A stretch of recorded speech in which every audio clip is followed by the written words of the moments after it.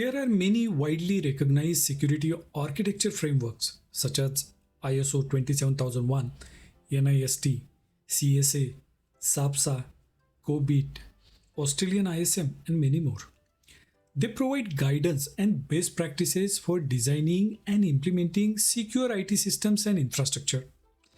These frameworks provide structured approaches for organizations to develop, implement, and manage their security architectures.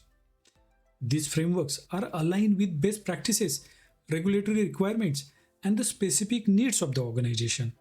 But it could be really overwhelming to go through all of them when you just start your career as a cybersecurity architect and you do not know where to start. This is where Microsoft suggested security best practices come in handy. Let's get on it and discuss. On the screen, you can see the various Microsoft security best practices in various forms of guidance. To be effective, these practices must be woven into people's skills and habits, organizational processes, and the implementation of technology architecture. As a cybersecurity architect, your role is to bring these best practices to life by integrating them into security architecture and policies. Also, you will guide security leaders on embedding these practices into business, technical processes, and foster a security conscious culture. Let's touch upon a bit into each of them. First one is Zero Trust RAMP initiative. RAMP stands for Rapid Modernization Plan. Zero Trust RAMP initiatives is designed to provide quick wins in high impact areas.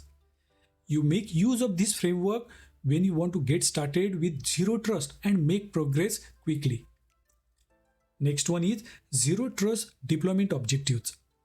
This framework provides detailed guidance on all the 6 technology pillars such as identity, endpoints, data, apps, infrastructure, and network.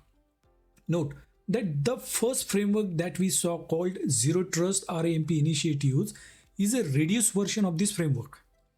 You make use of this framework when you want a more comprehensive guide on rolling out Zero Trust. Next framework is Microsoft Cybersecurity Reference Architecture. This framework is a set of diagrams that includes many best practices related to the access control modernization initiatives in Zero Trust Rapid Modernization Plan framework. You make use of this framework when you want a starting template for a security architecture and a comparison reference for security capabilities. Next one is Microsoft Cloud Security Benchmark. This is a framework for assessing the security posture of an organization's cloud environment against industry standards and best practices. You make use of this framework when you are looking for guidance on how to implement security controls and monitor them for compliance. Next framework is Cloud Adoption Framework. This framework contains a heap of documentation and implementation framework for best practices throughout the cloud adoption lifecycle. Cloud Adoption Framework provides a step-by-step approach to provide migration and management using Azure. You make use of this framework when you are looking to create and implement business and technology strategy for the cloud. This framework is ultimate guide to navigate customer journey throughout their cloud adoption lifecycle. And the last framework is Azure Well Architected Framework. This framework is designed to help customers build secure, high-performing, resilient, and efficient infrastructure for applications and workloads in Azure.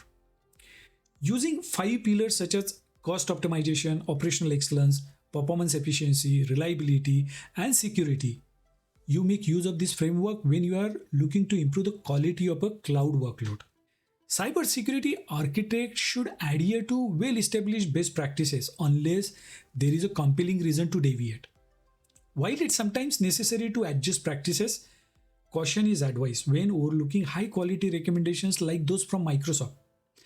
These practices have proven effective in many scenarios, so they shouldn't be disregarded or modified without good reason. Best practices provide general guidance that is applicable to most organizations. However, they may need to be tailored to fit your organization's unique circumstances. It's important to adapt without losing the original intent. For instance, adopting passwordless and multi-factor authentication is beneficial, but exceptions should be made for critical business and IT accounts that are prime targets for attackers. Listen, each of the framework that we just touch upon a bit is in itself demand a dedicated course.